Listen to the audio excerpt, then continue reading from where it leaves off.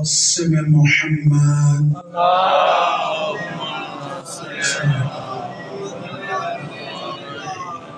وآله الطيبين الطاهرين المعصومين المنتجبين المنتحبين المظلومين الذين أذهب الله عنهم الرجس وطهرهم تطهيرا.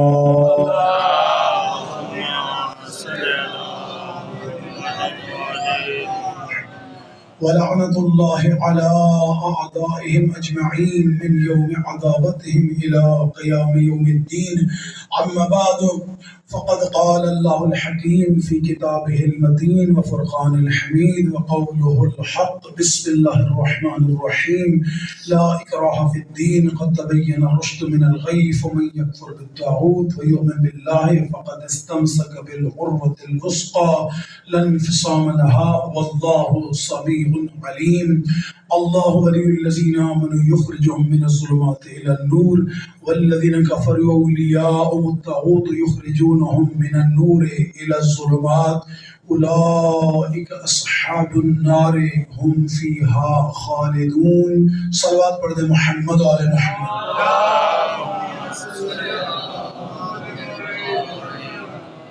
آغاز سخن اس دعا کے ساتھ کہ خداوند عالم ہمارے لمحات کو عبادت شمار فرمائے، اس عبادت کو اپنے قرب کا ذریعہ قرار دے اور زبان پر ایسے الفاظ لانے کی توفیق عطا فرمائے جس میں خداوند عالم کی رضا اور خوشنودی ولی دوران امام زمان علیہ السلام کی تائید شامل ہو.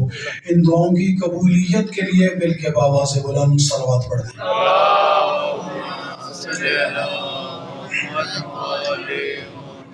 عنوان گفتگو ہے ولایت اور ہدایت، اور اس کے لیے سورہ مبارکہ البقرہ اور آیت کا نمبر 256 اور 257 جن کو سرنامہ کلام قرار دیا ہے. بلا بغیر کسی وقت ضائع کیے انشاءاللہ گفتگو کا آغاز کر رہا ہوں. ارشاد خداوند عالم ہے لا اکراہ فی الدین، دین میں کوئی جبر نہیں، دین میں کوئی زبردستی نہیں. ہر بندے کو حق ہے کہ وہ اپنی مرضی کا دین اختیار کرے. قد تبین الرشد من الغی، خداوند عالم ارشاد فرما رہا ہے کہ میں نے ہدایت اور گمراہی کو الگ الگ کر دیا ہے، یعنی ہوگی نہیں، ہو چکی ہے. اب ہدایت کیا ہے اور گمراہی کیا ہے؟ فرمایا وَمَن یکفر بالطاغوت، جو بھی طاغوت کے ماننے سے انکار کرے، وَيُؤْمِن بِاللَّهِ، اور اللہ پر ایمان لائے. یعنی اللہ پر ایمان لانا اس کا نام رشد ہے، تو طاغوت کا انکار کرنا اس کا نام رشد ہے، اور اس کے برعکس خدا پر ایمان نہ لانا اور طاغوت کے ساتھ اپنا رشتہ جوڑنا اس کو غی کہا جاتا ہے.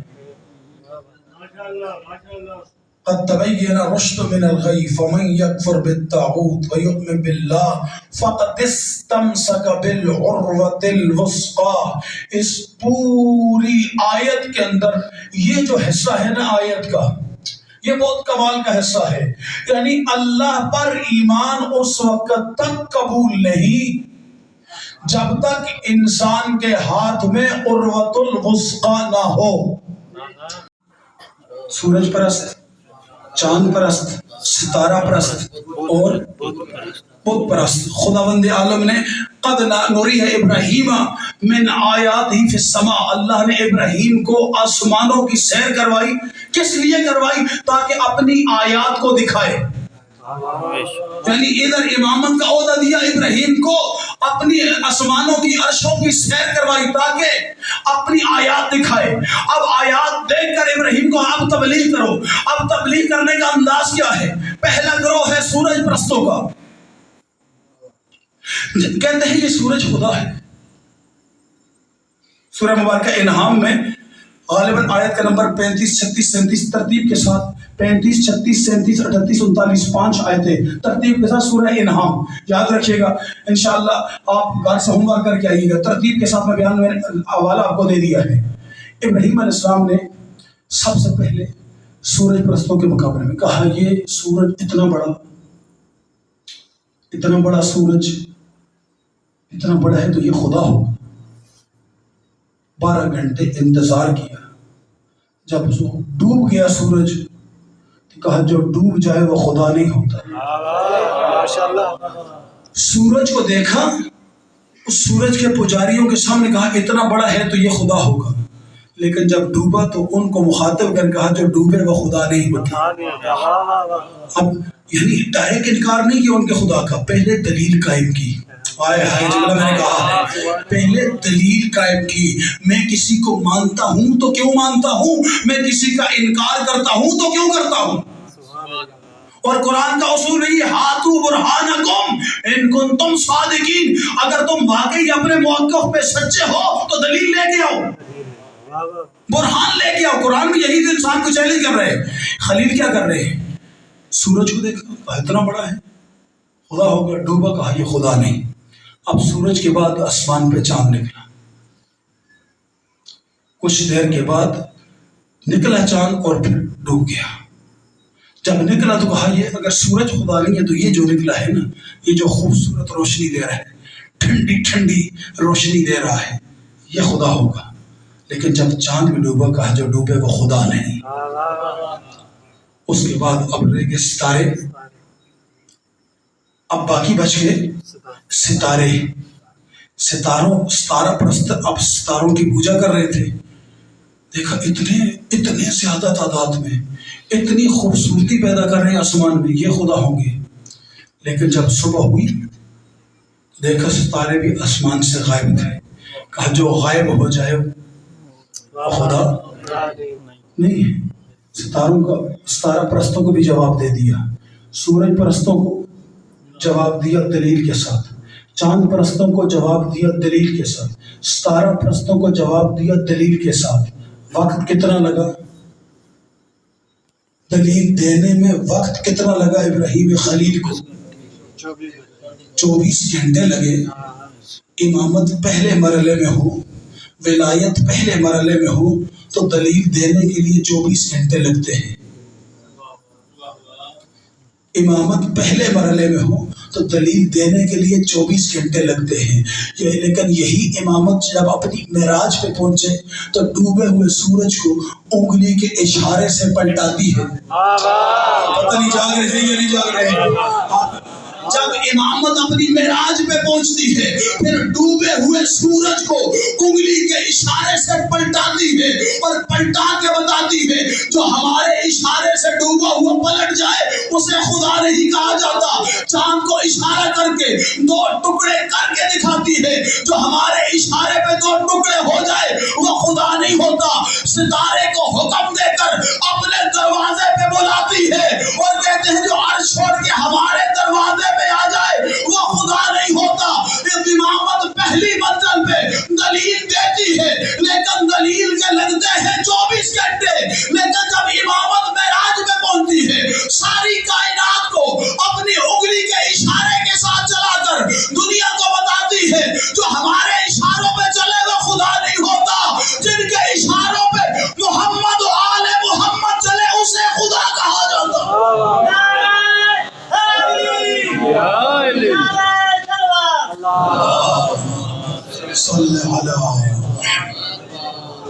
جن کے اشاروں پر محمد و آل محمد حرکت کرے اسے خدا کہا جاتا ہے, جو ان کے اشاروں پر. لیکن اب یہاں پر ایک مرحلہ اور آگے بڑھا, بڑا کمال کا جملہ ہے, پیغام بھی ہے اس جملے میں انشاءاللہ. ابراہیم وہاں سے نکلے,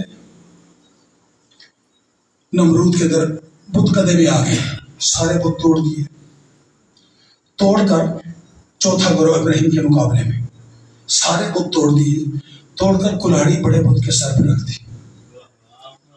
کلاڑی بڑے بت کے سر پہ رکھ دی.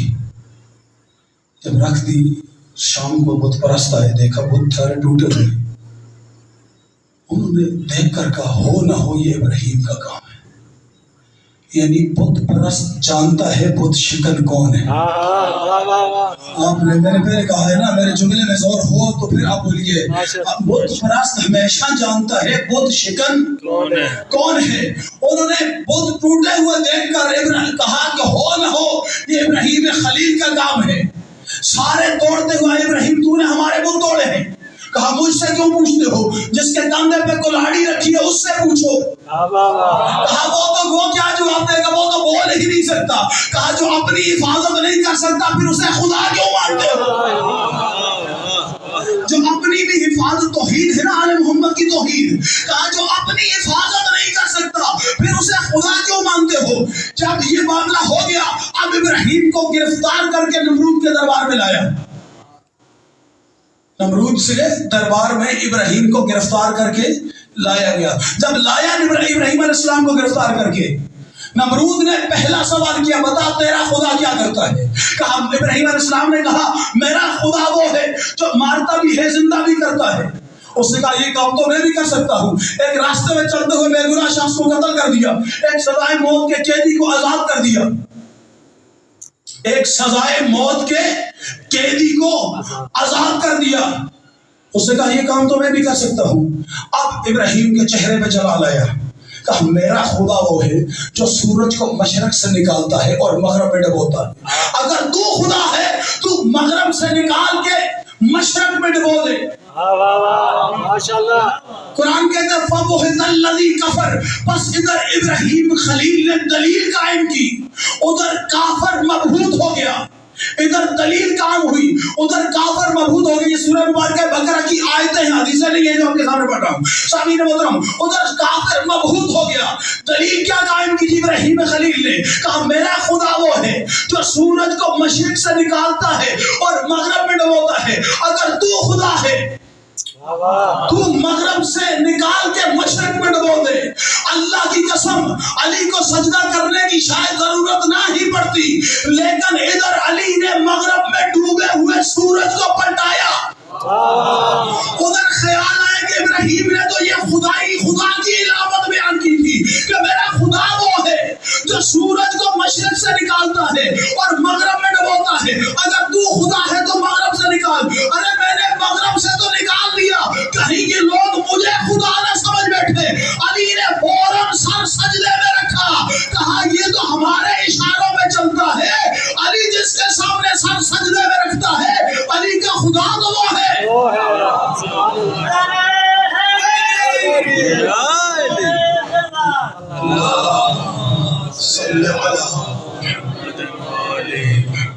یہ توحید ہے, یہ توحید ہے. سامعین محترم اب ابراہیم خلیل کو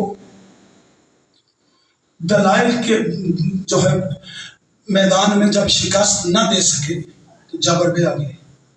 کفر کا مزاج ہی یہی ہے, جب دلیل نہیں دے سکتا تو غصہ کرتا ہے, جب غصے سے بھی کام نہ چلے پھر جبرن اپنا عقیدہ مسلط کرتا ہے, پھر قتل کی دھمکی دیتا ہے. یہی تو مزاج ہے کفر کا, یہی تو مزاج ہے یزیدیت کا. سامعین محترم آپ کیا کیا؟ کہا آگ روشن کرو, ہم ابراہیم کو آگ میں ڈالیں گے. آل محمد کی توحید سے میرا دل ہے میں توحید پڑھوں آج, وہ توحید جو آل محمد کی توحید ہے. سامعین محترم اب ابراہیم علیہ السلام کو آگ میں ڈالنے کی تیاری شروع ہوئی. لکڑیاں اکٹھی ہوئی, نگاہ جتنی انسان کی دیکھ سکتی تھی اتنی بڑی میدان میں لکڑی اکٹھی کر دی گئی. ان کو آگ لگائی.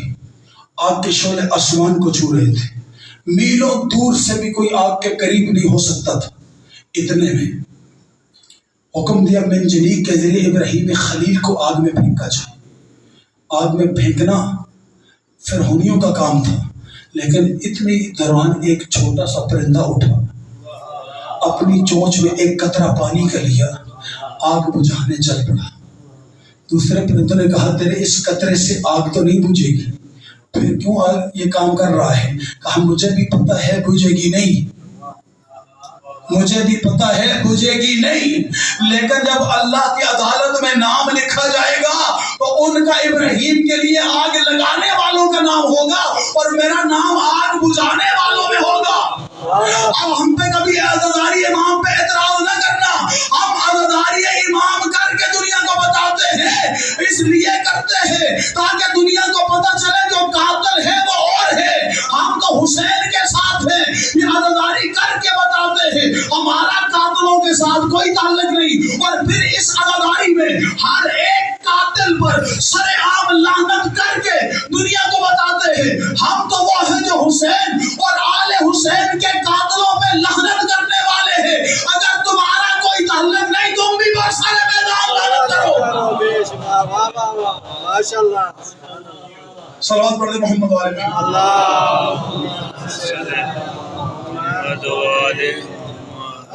تکبیر، اللہ نعرہ رسالت، یا رسول اللہ نعرہ حیدری، یا علی، آواز بلند تر صلوات۔ اللہ صلی علی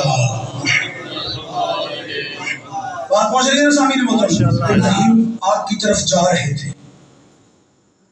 زندگی کے ہر لمحے میں امتحان ہوتا ہے، اتنے میں زمین پر کسی کو غیرت نہیں آئی، عرش سے جبرائیل کو غیرت آئی، کہا خدا بندہ تیرے سارے فرش پہ ایک ہی تو مواحد ہے، ایک ہی تو تیری توحید کا مبلغ ہے، اور اسے آگ میں ڈالا جا رہا ہے، کیا تو مدد نہیں کرے گا؟ کہا جبرائیل اگر زیادہ ضرورت ہے، جبرائیل اگر زیادہ ضرورت ہے تو جا تو مدد کر۔ روایت میں ہے کہ جبرائیل امین چلے عرش سے، آ کر اپنے پروں سے سایہ کیا ابراہیم خلیل پر، ادھر پروں کے سائے کی ٹھنڈک محسوس کی، ایک مرتبہ سر اٹھا کے کہا کون ہے جو عبد اور معبود کے امتحان میں خلل ڈال رہا ہے؟ پتہ نہیں جملہ کس کو سمجھ آیا ہے؟ کہا کون ہے جو عبد اور معبود کے امتحان میں خلل ڈال رہا ہے؟ کہا میں جبرائیل امین ہوں، آپ کی مدد کے لیے آیا ہوں، کیا آپ کو مدد کی ضرورت نہیں ہے؟ کہا یہ بھی نہیں کہا مدد کی ضرورت نہیں ہے، یہ بھی نہیں کہا مدد کی ضرورت، تیری مدد کی ضرورت ہے۔ اگر یہ کہتے کہ مدد کی ضرورت نہیں ہے تو پھر خدا سے بے نیاز ہونا پڑتا، اور خدا سے بندہ بے نیاز ہو نہیں سکتا۔ اگر یہ کہتے تیری مدد کی ضرورت ہے تو پھر خدا کے غیر سے مدد مانگنا ہوتی۔ کہا مدد کی ضرورت بھی ہے لیکن تیری نہیں، اس کی مدد کی ضرورت ہے جس نے تجھے بھیجا ہے۔ سبحان اللہ، سبحان اللہ۔ یہ ہے مواحد، یہ ہے مواحد خلیل خدا کا۔ سامعین محترم، یہ اللہ کا خلیل، اس خلیل کی شان کیا ہے؟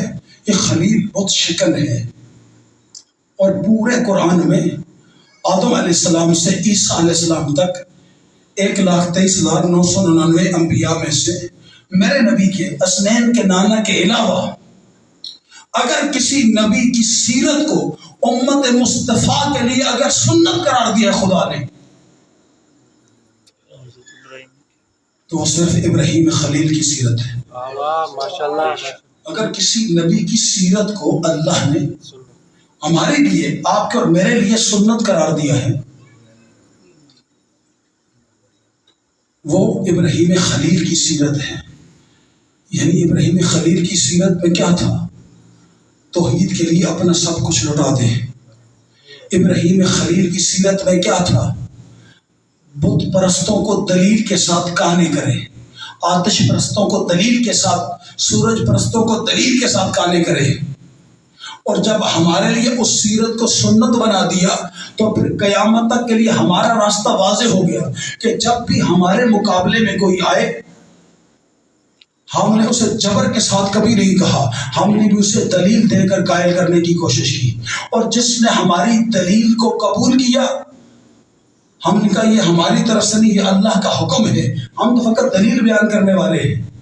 مثلا ہم یہ کہتے ہیں، اس وقت دو نظریات امت کے اندر چل رہے ہیں۔ ایک نظریہ یہ ہے کہ امت رسول اللہ کے بعد دین اصحاب سے لیتی ہے، ایک نظریہ ہے امت دین اہل بیت رسول سے لیتی ہے۔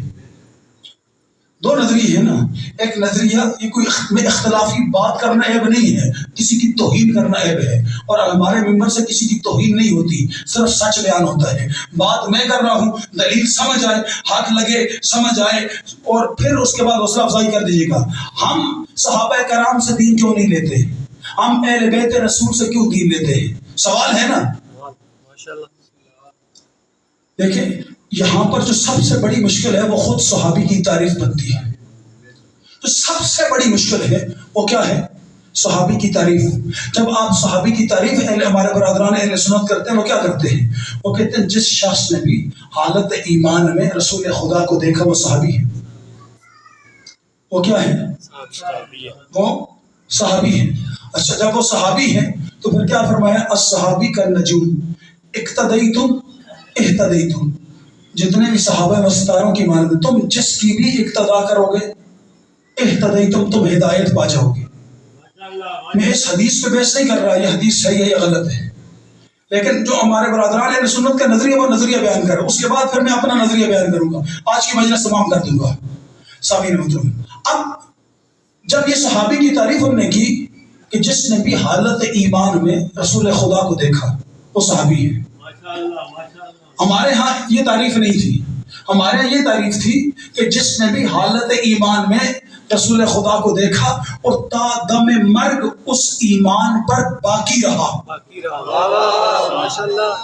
آپ کو دونوں تعریفیں سمجھ آ گئی؟ مکتب اہل بیت میں صحابی کی تعریف کیا ہے اور مکتب اہل سنت میں صحابی کی تعریف کیا ہے، دونوں آپ کے سامنے واضح ہو گئی. ہم نے کیا تعریف کی؟ وہ شخص جس نے حالت ایمان میں رسول خدا کو دیکھا اور پھر مرتے دم تک اس ایمان پر قائم رہا، ہم اس کو صحابی رسول کہتے ہیں. اب مجھ پہ اگر کوئی شخص اعتراض کرے کیا